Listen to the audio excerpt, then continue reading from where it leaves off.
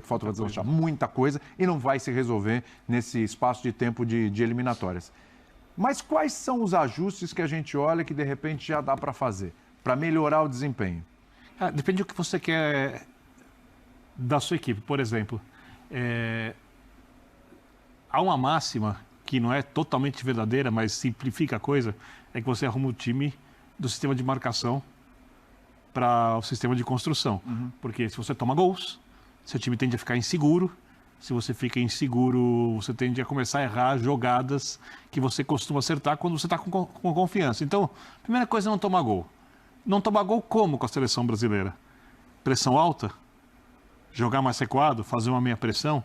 Então, eu acho que a primeira coisa que o Brasil precisa é ser mais consistente defensivamente. O Brasil comete alguns erros defensivos para estar claramente... que estão claramente mostrando que falta entrosamento, tem um lance. O gol, por exemplo. O Joelinton. Os jogadores não entendem como recompor. E aí, isso é um dogma que eu acredito muito. Quando você marca com pressão alta, você tem 3 objetivos. O primeiro, eu gosto de marcação na linha de frente, isso é uma preferência e acho que funciona bem. Individual, e eu gosto de recompor na marcação por zona. Tá? Primeiro, você pressiona o jogador que tem a bola, para roubar a bola. Não deu para roubar a bola, ele tem que tocar a bola de lado, porque não tem nem como se livrar com a bola para frente. Né? Se ele tocar a bola de lado, tem que ter alguém em cima do outro para você roubar a bola. E a terceira coisa é forçar ele a dar um chutão. Você não pode deixar esse espaço sair, aí você tem que fazer a falta no campo de ataque. A falta tática. Tá? Para isso, você precisa ter um jogo bem planejado, que você não faz do dia para a noite. Então, eu acho que a seleção brasileira precisa simplificar ao máximo o jogo, porque da simplicidade você começa a desenvolver o jogo mais rebuscado que esses caras podem mostrar. Eu acho que o Brasil tem que jogar com 2 linhas de 4, eu acho que o Brasil tem que jogar com um jogador de velocidade à frente. Se tivesse o Neymar hoje, provavelmente não teria jogado nem com o centroavante. Provavelmente teria sido... Não jogaria. Eu acho que seria o Vini de falso centroavante, o Rodrigo puxado para esquerda, com o Rafinha na direita, e o Neymar por dentro. Não, você tocou num outro ponto, que é o seguinte: o fato de o futebol brasileiro viver um momento em que tem muitos atacantes, e não, de alto nível. Não que não tenha jogador de meio de campo, mas a gente deixou de produzir jogadores de criação. Isso é falta aqui no país. Né? E tanto que a gente compra muito na América do Sul, né? Você vai atrás de jogadores... Do meio, os principais construtores do Brasil são volantes. Então, assim, isso não quer dizer que todos os atacantes que estão brilhando no cenário internacional têm que jogar na seleção. Essa é uma grande discussão. Você colocou o dedo na ferida. É claro, porque tem jogos que você não pode jogar com 4. Tem jogos que você tem que jogar com... Eu vejo a Argentina, por exemplo, a minha, aí é de cada um, né? Eu jogaria com um trio no meio de campo, não uma dupla. Eu também. Não uma dupla. Até porque eu vou obrigar os atacantes a fazer uma... Até porque nesse momento, né, Calçade, você não tem os 4 indiscutíveis. Vamos dizer que você tenha 3 indiscutíveis hoje.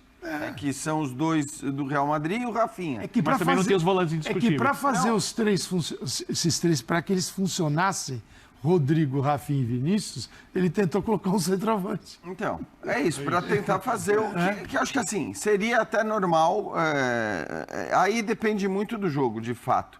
Eu acho que você tem que olhar para o adversário, porque tendo esse material em mãos, tendo jogadores dessa qualidade, acho que é normal você jogar, então, sei lá, vai jogar com a Bolívia em casa. Aí não tem nem discussão. Você vai jogar com a Bolívia em casa, você tem todos esses jogadores, você vai pôr um quarteto ofensivo. O jogo com a Colômbia talvez seja o mais discutível nesse aspecto. Discutível o que eu quero dizer, o que te deixa mais em dúvida. Porque você não está jogando com a Argentina fora, você não está jogando com a Bolívia em casa, e você está enfrentando uma seleção que, de alguma maneira... tem um quarteto ofensivo também, quer dizer, então ela é meio uma seleção do peito aberto, a seleção colombiana. E com meio campo bem mais fraco do Brasil, os volantes.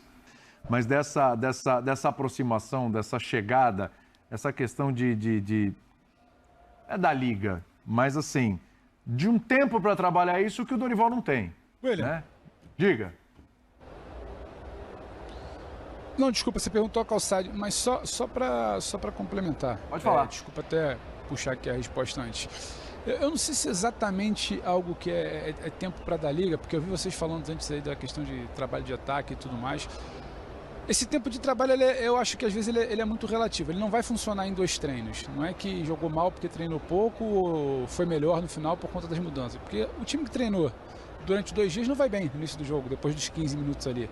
O time que não treinou, que nunca esteve junto em campo, consegue colocar uma imposição no final ali. O Matheus Cunha, para mim, entra muito bem. O Wesley com o Savinho aqui pela direita também.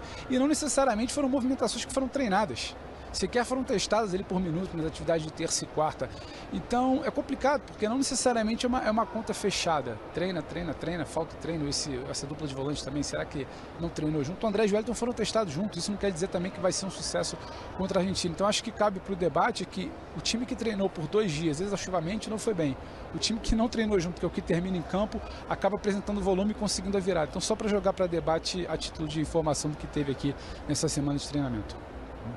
Eu só acho difícil, e assim, o Pedro está perfeito na avaliação dos fatos, porque os fatos foram exatamente esses. Mas assim, a entrada do Wesley, por exemplo, e eu até defendia o Wesley começando o jogo. Agora, claro, o Wesley é um jogador com características diferentes do Wanderson. Se você pegar um Luiz Dias desde o começo do jogo, né, com a questão física zerar, é trabalhoso aquilo ali, exige muito defensivamente e você também, né, ao ser muito exigido defensivamente, você vai perder um pouco daquilo que você pode entregar lá na frente, que é uma característica do Wesley. Acho que quando ele entra aos 80 minutos praticamente, ele entra num contexto do jogo de alguma maneira favorável para que ele entrasse tão bem quanto ele entrou. A Colômbia estava recuada esperando o contra-ataque e o Brasil rondando a área o tempo inteiro. Exatamente. E aí ele é um cara habilidoso, ele é um cara com capacidade de quebrar linha. Então acho que assim... Me parece a Colômbia até cansada, né, Jean? Exato. Porque a Colômbia já não estava criando absolutamente nada a partir de um momento ali do segundo tempo e o Brasil foi melhor no final do jogo. Então acho que é bom considerar isso também. E falo isso tendo defendido a entrada do Wesley até como titular. Contra a Argentina, fora de casa, pelas características, eu não sei se é o negócio, até porque não acredito que ele consiga jogar 90 minutos do jeito que jogou esses 10 finais hoje. Acho que a gente precisa só contextualizar essas coisas. E queria só destacar em relação ao time que, como disse o Pedro, treinou, e no fim das contas não consegue entregar tanto quanto a gente imaginava. Treinou também é exagero, né? Porque é o que ele disse. Treinou. Foram 2 dias, exato. Treinou. Mas assim, eu gostei muito da postura dos jogadores de frente do Brasil depois do 1-0 até os 20 minutos. Que acho que o gol da Colômbia acaba nascendo de uma desatenção ali individual do Joelinton que perde aquela bola. Mas se você for ver, a gente que discute tanto a incapacidade teórica de recomposição do Rafinha de um lado, do Vinícius Júnior do outro, do próprio Rodrigo, se você for ver como eles estavam se dedicando a esse trabalho, como eles estavam se esforçando e marcando e dando combate e de alguma maneira impedindo que a Colômbia, mesmo com vários jogadores de qualidade, criassem, eu acho que não dá para criticar. Depois do gol sofrido, as coisas mudam, a Colômbia melhora, o Brasil tenta sair mais e também dá mais espaço, mas eu acho que no momento em que o Brasil se dispôs a defender, inclusive com os atacantes, ele até que se defendeu bem até tomar o gol numa falha individual. E se defender com os atacantes é uma coisa essencial para essa seleção poder jogar no nível que precisa, se você quiser ter esses caras em campo. Esse é um ponto positivo. E se defendeu contra uma seleção que não tem poderio ofensivo. A Colômbia tem um bom poder ofensivo, tem bons atacantes. Acho que o Luiz Dias e o Arias jogam muita bola. Eu não gosto muito do meio campo, confesso para ti. Acho o Rames um jogador que toca muito bem na bola, mas participa do jogo... Você não gosta do Rames? Não gosto. Não gosto desse perfil de jogador. Acho que é um jogador... Como é que eu vou tentando sair do... Displicente, Obrigado, indolente. Mas é uma loucura como ele... Porque ele é isso, mas é uma loucura como na Colômbia ele não é isso. Outra conversa. O Rames da Colômbia, eu acho que qualquer time... E o Rios da Colômbia também. E o Rios da Colômbia também. É muito bom. Aliás, o Rios da Colômbia é uma loucura, né? Enquanto ele bate, pega, briga, toma... Podia ter tomado o cartão, inclusive no primeiro tempo, já, né? Porque tava... Você viu que a seleção colombiana, ela consegue tirar o máximo. Transforma todo mundo em Deus da raça. O Aspilha tá pensando em voltar. Mas essa não foi uma característica histórica dos melhores jogadores colombianos. De fato, alguns não. foram, mas assim, a seleção da Colômbia já teve aquela seleção que meteu o 5 da Argentina, a seleção de craques. Mas era tão, assim, futebol festa, alegria, na arte, Copa que do faltava Mundo, né? exatamente isso. A ideia da seleção colombiana por muitos anos Histórica, foi né? essa. A ideia da seleção tecnicamente muito capacitada, que joga bem, que todo mundo sabe jogar, todo mundo com a bola nos pés funciona, mas que sem ela não joga. Aspilha, Valderrama, Valenciano, Rincon e Valência, cara. Mas Quinteto esses dois colombiano caras épico. que a gente citou, eles têm uma imagem diferente, de mais entrega na seleção colombiana do que no seu E o resultado, por um bom tempo, para a seleção colombiana era algo assim secundário. Tanto que o Higuita fazia a defesa do escorpião. Cara, com todo respeito, é passava inaceitável. tudo isso, né? Até ele tá inaceitável. O show acima de tudo. Inaceitável. É o resultado. Show acima de tudo. E aí o que Não sei se a acontece... gente é chato demais, mas é inaceitável. Só para ilustrar, né, para a gente voltar para a seleção brasileira, aí acontece o que aconteceu com o Higuita contra Camarões na Copa de 90 e depois acontece o que aconteceu com a seleção colombiana na Copa de 94. Agora sim, o Gerson, entre as ausências confirmadas e aquelas que podem se confirmar, o Gerson seria a mais sentida? É o cara que mais pode fazer falta? Argentina, Contra a Argentina. Assim, a gente não pode. É uma loucura a seleção brasileira. Você não pode pegar um jogador por uma partida, endeusá-lo ou descartá-lo.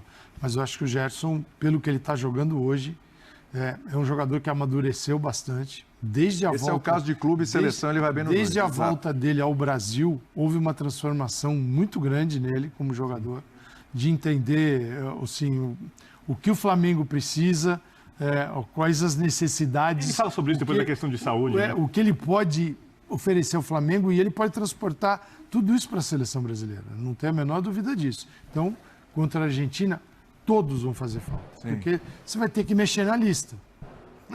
Vai ter que mexer na lista. E eu não sei o que vai na cabeça do Dorival, se ele. Se o ganhar da Colômbia em casa, Pedro, eu vou repetir o time contra a Argentina.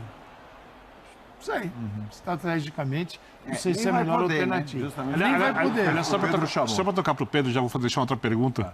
A gente conversava antes no UFC se um 2-1 hoje foi exatamente essa conversa e aliviava para o Dorival um pouco a pressão. Já deixa a pergunta do jeito que foi. Perfeito, ótimo. O Pedro já faz a intervenção dele e já responde essa. Boa, Pedro. A nova era das apostas está aqui. Aposte nos seus esportes favoritos com a Novibet e experimente cada jogada como nunca antes. Não quer perder nenhuma jogada? Aproveite a transmissão ao vivo das principais ligas. E se você quer mais emoção pro seu jogo, temos o combo de apostas Boost. Se você apostou no jogador, mas o substituto brilhou, só na Novibet você continua ganhando. Tudo isso aliado ao suporte 24 horas por dia e saques via Pix super rápidos. Novibet, jogue na nova era. Rapidinho, então, eu vou trazer um relato para vocês, que aqui onde eu estou posicionado, na tribuna de imprensa, onde a gente assiste o jogo, também assiste aqui atrás da gente, o pessoal da comissão técnica que não pode ficar no banco de reserva. Tem limite, claro, de profissionais do banco de reserva, então tem uma galera aqui que assiste perto da gente. Então eu vou trazer um relato para vocês que talvez vai ajudar a ilustrar a tal pressão, se alivia ou se não alivia. Birner, durante todo o jogo, Dorival ficou muito quieto, orientava, falava, o Lucas, filho dele, Silvestre, auxiliar, chegava ali, dava um toque, alguém do grupo médico ali, o doutor Rodrigo Lasmar, todo mundo chegava ali para informar de alguma situação, médico, física, logo no início do jogo, o Gerson já começou a sentir, tem que aquecer, então, mas eram movimentos assim, parece que tinha uma coisa de tensão, tudo muito tímido, tudo muito devagar, no intervalo muita voz, jogadores saindo cabisbaixos. A reação da comissão técnica no gramado ao segundo gol e a reação da comissão técnica aqui na tribuna, um abraço emocionado, gente muito emocionada e bate na madeira, bate na mesa, uma coisa que eu só me lembro de ter visto assim naquele Brasil e Costa Rica, se eu não me engano, segundo jogo da Copa de 18, que eles também sempre ficavam próximos ali, que era um empate ali, seria um segundo tropeço na fase de grupo de Copa do Mundo, então dá um alívio ali, eles quase quebram uma mesa e aqui hoje também, então é um alívio que não é comum, não foi exatamente, por exemplo, como a comemoração do primeiro gol, claro que teve a comemoração abrindo caminho, então assim, era uma carga de tensão, era uma coisa de extravasar, era um grupo travado, sabe? Aquela coisa da musculatura tá travada, os movimentos são poucos, a fala é baixa. Quando sai o segundo gol, é quase uma coisa de sair batendo, sair comemorando, sair abraçado. E a gente está falando de um jogo de 13ª rodada de eliminatórias. Podia um empate aqui, não seria o fim do mundo, é a Colômbia do outro lado. Então, acho que isso dá o tom do alívio do alívio interno. Agora, o alívio externo, Birner, sinceramente, eu acho que ele vai existir, porque não se analisa muito futebol na CBF, né? Não se analisa muito planejamento. Se olhasse com lupa hoje, alguém poderia virar e falar, olha, não houve evolução. Teve o gol do Vini, o chute do Vini, mas muito pouco a se falar de repertório ofensivo ali, sabe? Uma coisa ali no primeiro tempo, uma coisa outra de volume no segundo.